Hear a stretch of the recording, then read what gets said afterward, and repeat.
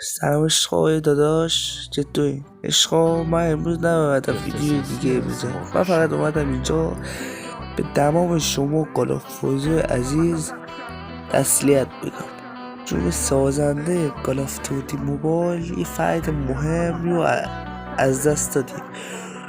داداش سازنده کال آف دیوتی موبایل توی تصادف خیلی شدید جون خودی از دست داد و میره دیگه اون عشق داداش نفر یه قلب سیاه به افتخارش بذارید و ویدیو هم